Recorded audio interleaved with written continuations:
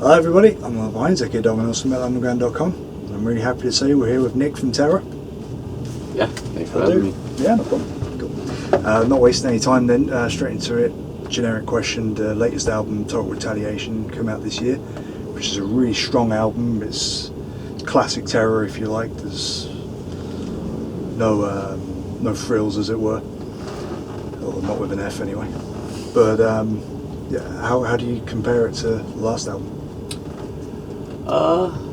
I mean, I guess we don't really have a strong idea of, oh, we're gonna try to do something hugely different compared to our last one or whatever. So, but I guess the slight difference is just a little bit more kind of structure, more planned out, like choruses, and just spent a little bit more time with it compared to the last one, where it was more just trying to capture like a raw, rough version of just getting in the studio and just kind of jamming songs and then going and recording it. So this one was a little bit more thought out. Okay. And we did a little bit more writing for it. So a bunch of songs were written, and then we kind of figured out, picked the 12 or whatever songs out of a big bunch of them. Yeah. And see which ones would kind of fit the best together. So just a little bit more thought into it.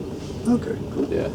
Cool. I mean, one of the songs that sticks out the most is Post-Armageddon Interlude, for the obvious reason that Vinnie Paz is on it. And obviously Terror and Vinnie Paz have had this relationship for quite a long time.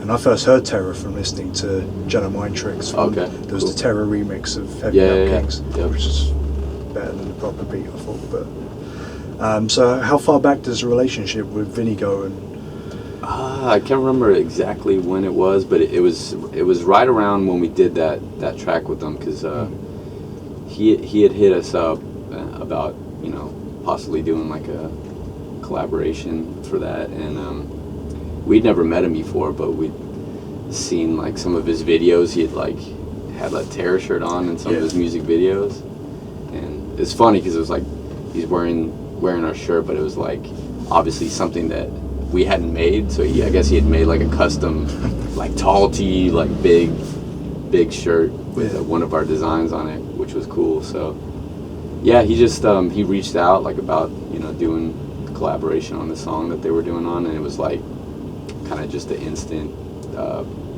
we just kind of clicked together. And he's an old hardcore dude from the East Coast, so he knows where we come from and all the style and everything. So yeah, since then it's just been cool. We've had him do stuff on our records, and just kind of back and forth over the years. Yeah. Cool. I mean, obviously they're playing 10 minutes down the road tonight, so yeah. I'm told you're going to try and get down there after the show. Yeah, I don't know, we're trying to figure out the set times and everything, but yeah, hopefully. Yeah. Well, I think you're supposed to finish at 10 tonight, so you should have time to get down there. That'd be good. But the other main talking point of the album is the first full length from the new bassist Chris Linkovich. So how's he settled into the band so far? It's awesome. He's been great. He's such a chill dude, and just kind of down for whatever. So it just makes it really easy to kind of work with. He's really excited about being in the studio. So and he brought some songs into the process. So one of the songs that he wrote that's on the album is one of my favorite tracks on the record, called Spirit of Sacrifice. So I mean, it's awesome to have a new guy come in. Obviously we've been friends with him for years, but to have him come into the band and then bring something to the table is it's always a cool thing. Cool. And straight away with his songs, could you tell that they fit in with the Terror style? Or yeah, that's the thing. Sometimes it's hard to come from the outside, and people have their own writing style. So if you try to write a Terror song because you think you have an idea what a Terror song should sound like, but it doesn't it won't translate properly, or you could tell it's I don't know, just doesn't turn out to sound like a Terror song. Yeah. But he totally nailed it. He it sounded like that song, the Spirit of Sacrifice, like it sounded like something we would write. So right away we're like, oh, this is, you know, like worked out perfect. So it was like a really, really easy transition for him to come in and bring some stuff in. Yeah. Cool. And has he kind of re-energized the band, so to speak, which is not that it needed doing, but yeah, well, it was young blood there. Well, it's just cool. Like, I mean, he's not much younger than he's fresh blood, I should say. Yeah. But yeah, when our bass player David left the band, it was like a pretty big blow. Just because we were like such good friends. You know, obviously he's got, you know, real life stuff going on. So you know he got married and he's chilling at home, and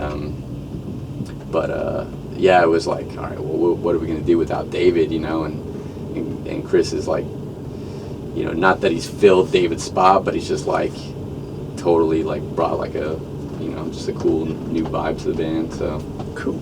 Yeah, for sure. And the thing is, anyway, hardcore has a reputation for like just ferocious live shows and just really just intense. It's an intense day out or night out without necessarily being violent in an aggressive way.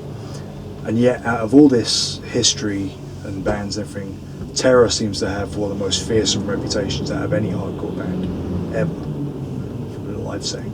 Why is that?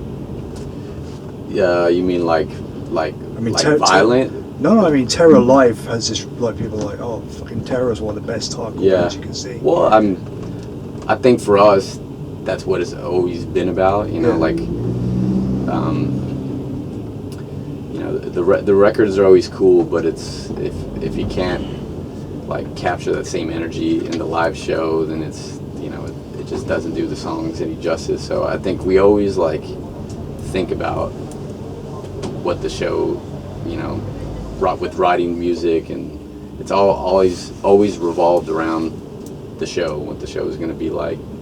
And yeah, I mean, that's what we always been about from the beginning, doing small shows and playing in houses and whatever, you know. There's years where we were on tour non-stop where we played like, you know, over 300 shows a year. We were just like out like all the time, and I think it's important for hardcore. It's like, you know, it's like the experience of going out, being in the community of the hardcore scene, being around other hardcore kids, you know, talking to people, and then like being able to go and release all this energy in a live, you know, show.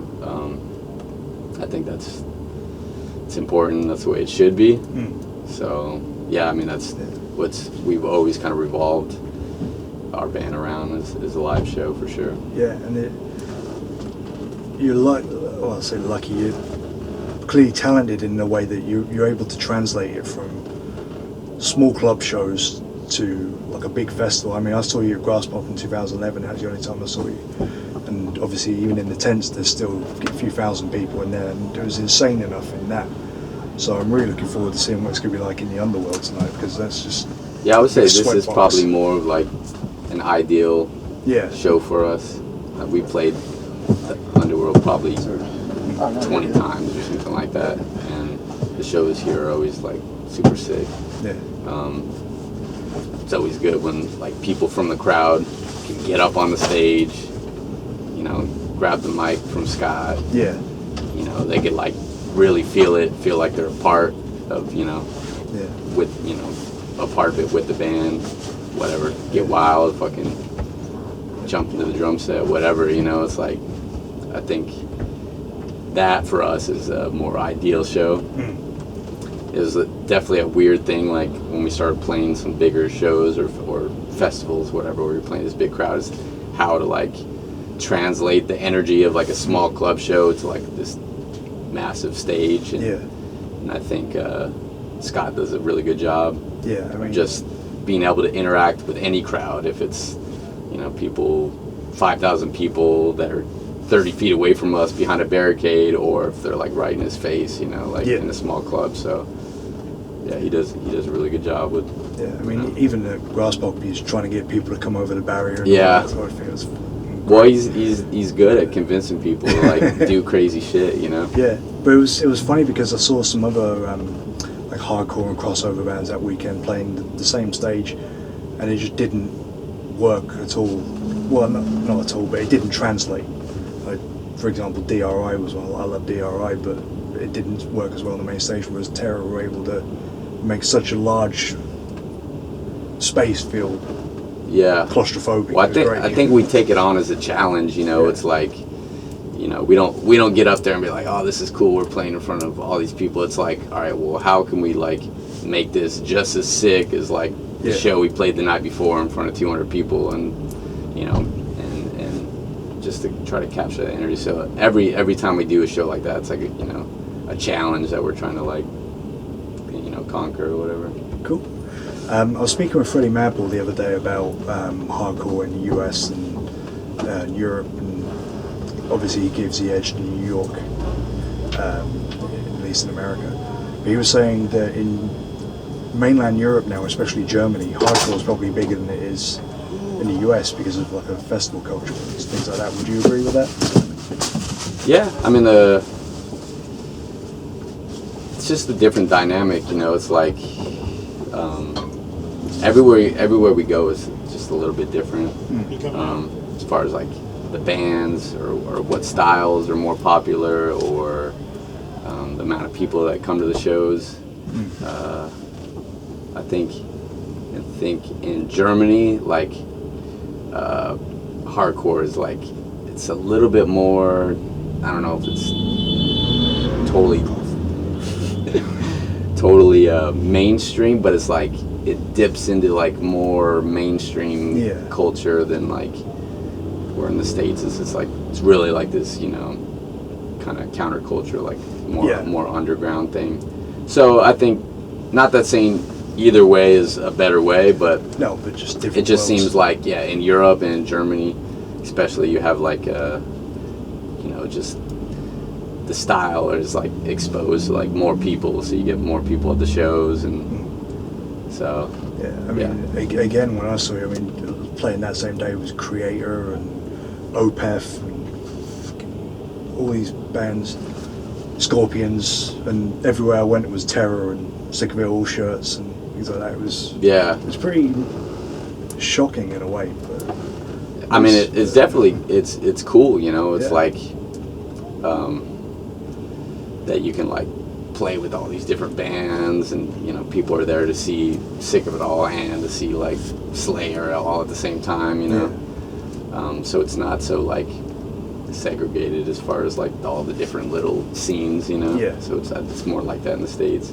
Probably more like that in like England too, I think. Probably. But it's got to be good for you then, playing with like thrash bands and I mean, we're like whatever, because that way then you're kind of representing your patch as well, if you like, as well as when you're part of a more varied lineup. I think people will appreciate you more. Well, we've always tried to play with different bands regardless, like you know, like I think everybody that's like eventually becomes a hardcore kid is like was exposed to it through some other type of music, whether it's like punk rock or metal or new metal or whatever it is, you know. So, you know, for us to be able to play with like a heavy metal band, and then, you know, some young kid who's like into Slayer or something like that, and they see a hardcore band that's like, it's a little bit more relatable, or I don't know, just, you know, they can sense that there's like kind of like a community goes along with this music, and then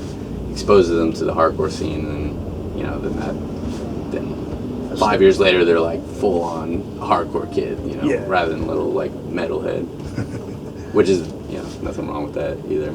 I love metal. I mean, I actually saw a comment earlier today. It was someone saying about I can't remember if they were talking about Terror or Hatebreed, but it was hardcore literally saved my life. I used to be a heroin addict and a metalhead, and now I'm clean and a hardcore fan. And I'm like, fuck you. In the nicest possible way. Fuck yourself. But, anyway, on that note, thank you very much for taking the time. Yeah, of course, man. Really no problem at all. Best, man. Yeah.